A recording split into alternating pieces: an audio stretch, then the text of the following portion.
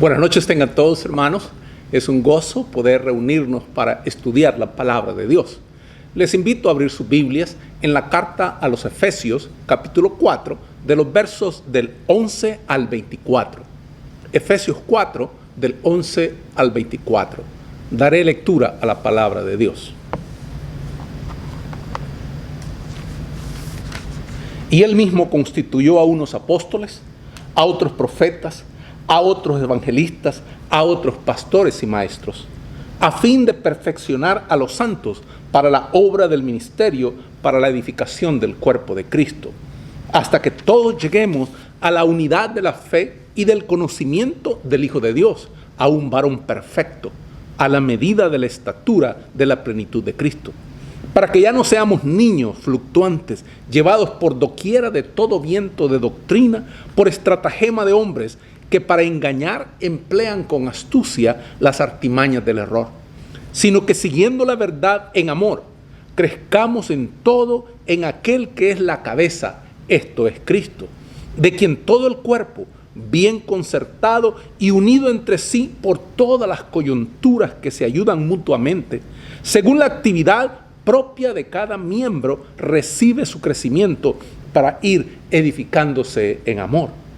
Esto pues, digo y requiero en el Señor, que ya no andéis como los otros gentiles, que andan en la vanidad de su mente, teniendo el entendimiento entenebrecido, ajenos de la vida de Dios, por la ignorancia que en ellos hay, por la dureza de su corazón, los cuales, después que perdieron toda sensibilidad, se entregaron a la lascivia, para cometer con avidez toda clase de impureza. Mas vosotros no habéis aprendido así a Cristo. Si en verdad le habéis oído y habéis sido por él enseñados, conforme a la verdad que está en Jesús. En cuanto a la pasada manera de vivir, despojaos del viejo hombre que está viciado conforme a los deseos engañosos y renovaos en el espíritu de vuestra mente y vestíos del nuevo hombre, creado según Dios, en la justicia y santidad de la verdad. Amén. El apóstol Pablo, después de nombrar a los diferentes responsables de la iglesia, pasa a hablar de sus objetivos y de lo que deben tratar de hacer aquellos que son responsables de la iglesia. Ustedes recordarán cómo el apóstol Pablo nos mencionó que él, o sea, nuestro Señor, constituyó a unos apóstoles, a otros profetas, a otros evangelistas, a otros pastores y maestros. Esos son los responsables de la iglesia. Esos son los responsables de tener objetivos claros según lo que demanda el Señor. Así que Pablo ahora pasa a hablar de los objetivos que deben tener aquellos que son responsables de la iglesia y por la iglesia. Su objetivo es que los miembros, el objetivo del apóstol Pablo y el objetivo pues de los responsables de la iglesia es que los miembros de la iglesia estén debidamente equipados. La palabra que usa Pablo en griego es katartismos. Katartismos. Esta palabra viene del verbo katartisein en griego, que es una palabra que se usaba en cirugía, con el sentido de colocar un miembro roto, un hueso roto en su lugar, o ponerlo en la debida posición, una articulación dislocada. En política se usaba también con el sentido de acercar o unir posiciones opuestas para que el gobierno pudiera proseguir su labor. En el Nuevo Testamento se usa también la palabra para remendar las redes, Marcos 1:19, y para disciplinar a un ofensor para que vuelva a ocupar su puesto en la comunión de la iglesia, Gálatas 6:1. La idea básica de la palabra es la de poner algo en las condiciones debidas. Es la función de los responsables de la iglesia el asegurarse de que los miembros sean instruidos, guiados, cuidados, buscados cuando se desvían para que lleguen a ser como Dios quiere. Su cometido es que el servicio siga adelante, el ministerio siga adelante. La palabra que se usa aquí para servicio es la palabra griega diaconía, de donde se deriva la palabra en castellano diácono o diáconos. Diaconía, pues, es la palabra que usa el apóstol Pablo para señalar el servicio que la iglesia debe dar. Y la idea principal que subyace en esta palabra es la de servicio práctico.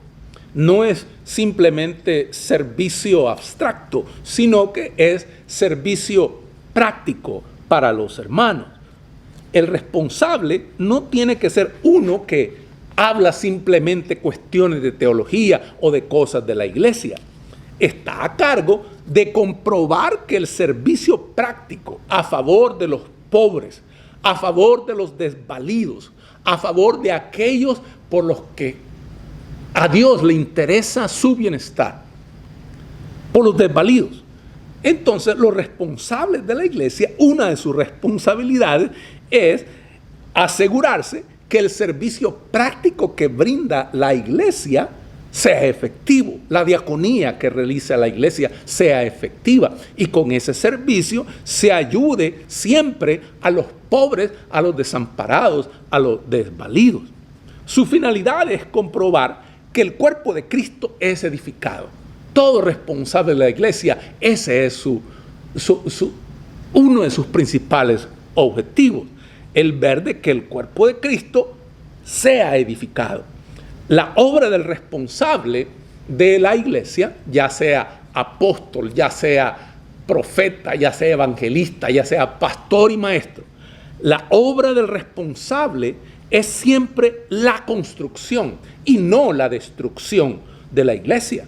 Su objetivo no es causar problemas, sino resolverlos para fortalecer siempre y nunca debilitar el tejido de unidad que forma la iglesia.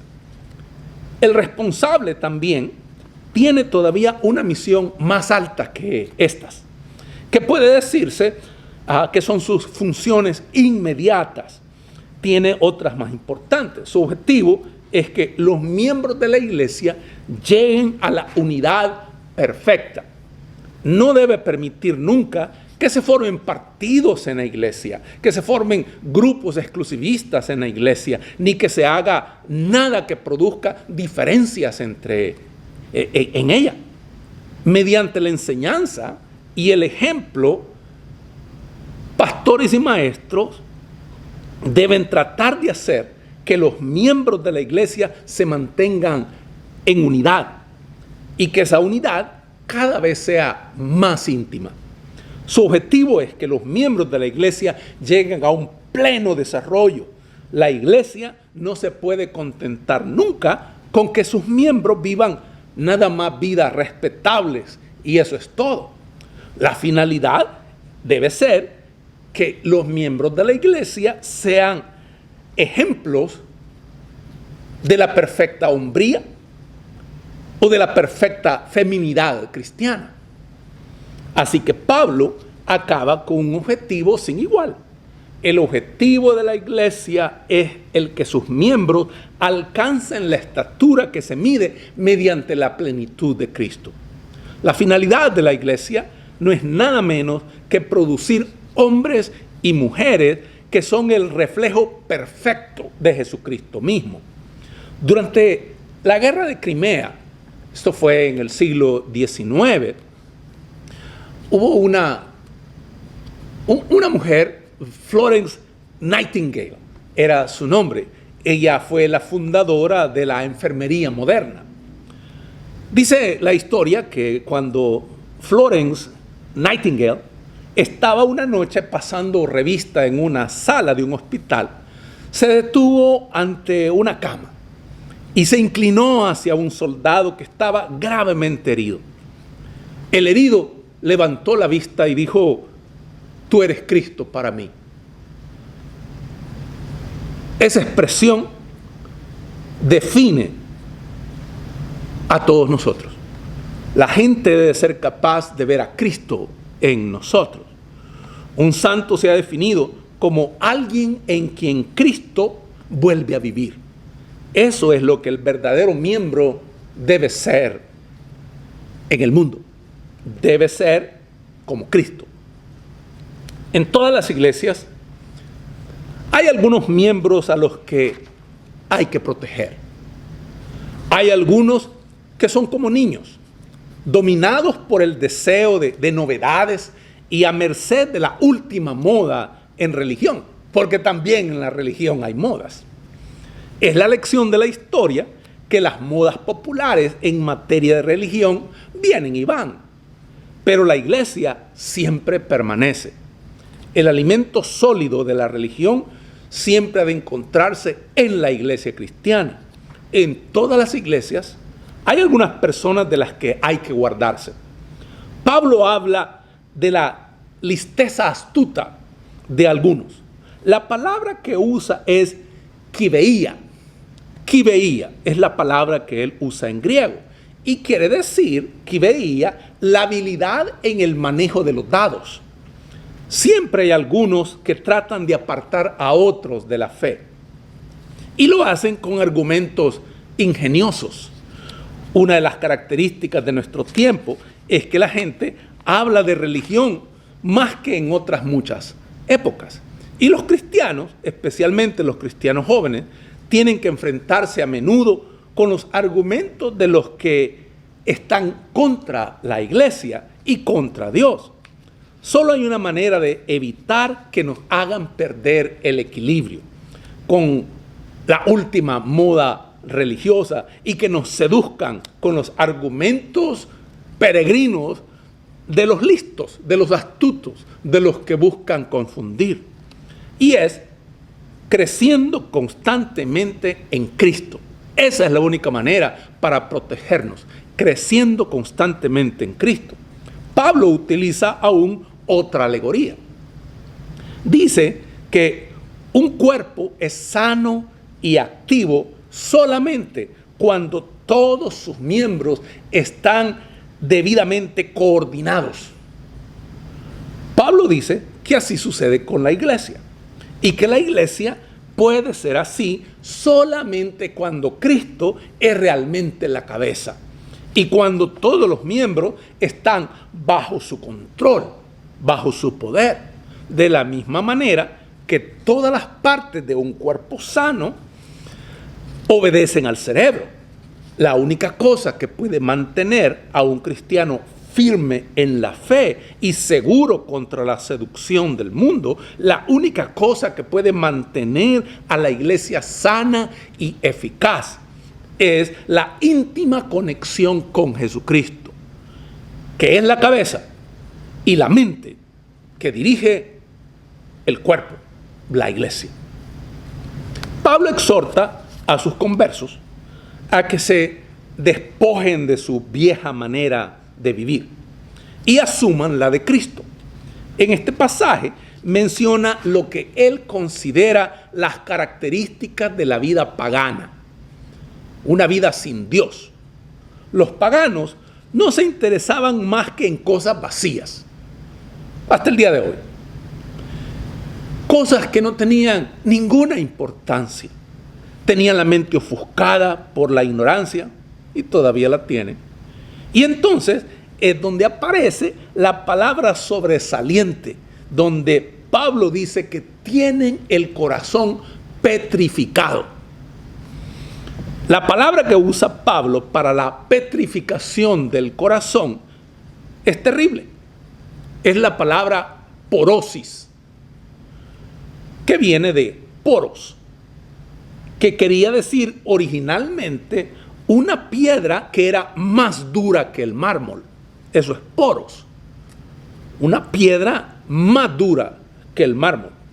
Llegó a usarse como término médico en castellano con la palabra osteoporosis, o sea, el endurecimiento o más bien la fragilidad de lo que se ha vuelto duro, que por ser duro, irónicamente, también es frágil. La osteoporosis son calcificaciones que se forman en las articulaciones y que llegan a paralizarlas totalmente. Llega un momento a quien sufre osteoporosis que no puede mover sus articulaciones. Viene a ser como un encallecimiento que se forma donde se ha roto un hueso. Eso es lo que también se refiere y a lo que el apóstol Pablo nos explica como porosis. Así que porosis viene a ser también como el callo que se forma cuando dos huesos no han sido bien alineados, pero igual ellos conectan y se forma un callo donde estuvo la fractura, donde se han vuelto a soltar. Y el callo muchas veces es más duro que el hueso mismo. Por último, la palabra porosis vino a significar la pérdida de toda sensación. Describía algo que se había endurecido o petrificado, hasta el punto de perder totalmente la sensibilidad. Esto es lo que dice Pablo acerca de la vida pagana. Se había endurecido tanto que había perdido la sensibilidad. Una de las cosas horribles del pecado es su efecto petrificador. El proceso del pecado se puede seguir fácilmente. Ninguna persona se convierte en una gran pecadora de pronto. En un principio, la persona mira el pecado con horror. Cuando peca, se le llena el corazón de remordimientos. Pero si continúa pecando, llega a un punto en que pierde toda sensibilidad y puede hacer las cosas más vergonzosas, sin ningún sentimiento de vergüenza. Se le ha cauterizado la conciencia, dice Pablo en 1 Timoteo capítulo 4, verso 2. Pablo usa otras dos expresiones terribles para describir la manera pagana de vivir. Dice que se han entregado a toda clase de conductas impuras, en la concupiscencia insaciable de sus deseos, y que lo han hecho en su presunción desvergonzada, dice el apóstol. La palabra para presunción desvergonzada es aselgia. Platón, el filósofo antiguo griego, la describía como una impudicia, y otro escritor como una disposición para toda clase de placer. Basilio, quien fue un obispo cristiano en el siglo IV en Cesarea, Basilio definía la aselgia como una predisposición del alma que es incapaz de soportar el dolor de la disciplina. La gran característica de aselgia es esta: uno que es malo intenta por lo general ocultar su pecado, pero el que tiene aselgia en el alma no se preocupa de lo mucho que puede escandalizar a otras personas, con tal de satisfacer sus deseos.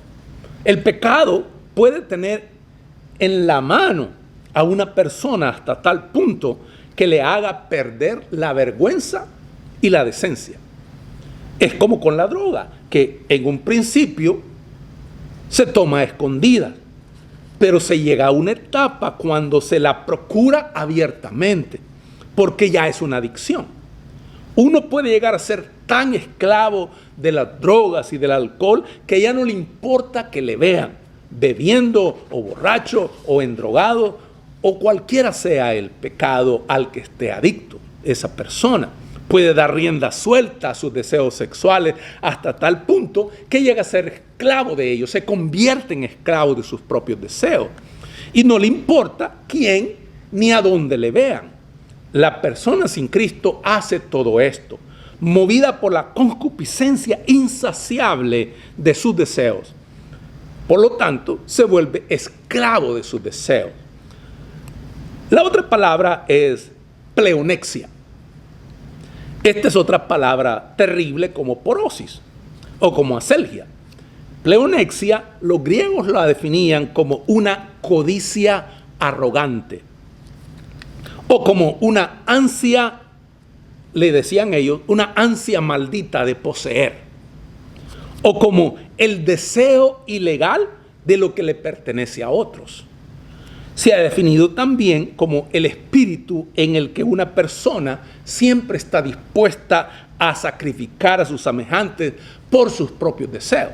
O sea, esta es una persona que no le importa atropellar a otros, no le importa lastimar o destruir la vida a otros, mientras logre conseguir lo que esa persona que sufre pleonexia desea hacerlo. No le importa. Pleonexia es el deseo irresistible de tener lo que no tenemos derecho a tener. Puede que conduzca al robo de cosas materiales o puede conducir al espíritu que pisotea a otras personas para salirse con la suya. Eso es algo que podemos verlo mucho en el mundo de la política, de los partidos acá en los Estados Unidos. Personas que no les importa el sufrimiento de otros con tal de conseguir y obtener el propósito político que tienen. Pisotean a otras personas para salirse con la suya. Puede desembocar también en el pecado sexual. En un mundo pagano, Pablo veía tres cosas terribles. Veía los corazones humanos tan petrificados que ya ni se daban cuenta de que estaban pecando. Veía a las personas tan dominadas por el pecado que habían perdido y olvidado la vergüenza y la decencia. Veía a las personas tan a merced de sus deseos que ya no les importaban los demás, a los que pudiera perjudicar y cuya inocencia al hacerlo ellos destruían, con tal de satisfacer sus deseos. Estos son exactamente los pecados del mundo sin Cristo. Hoy en día, igual que entonces, estamos igual. Este es el pecado que se puede ver que invade la vida en cualquier punto. Basta con recorrer cualquier calle de cualquier gran ciudad y uno puede ver esto. Pablo exhorta a sus conversos a que rompan definitivamente con esa clase de vida y emplea una forma gráfica de hablar. Deseo concluir con lo que dice Efesios 4, del 22 al 24. En cuanto a la pasada manera de vivir, despojaos del viejo hombre que está viciado conforme a los deseos engañosos, y renovaos en el espíritu de vuestra mente y vestíos del nuevo hombre, creado según Dios en la justicia y santidad de la verdad.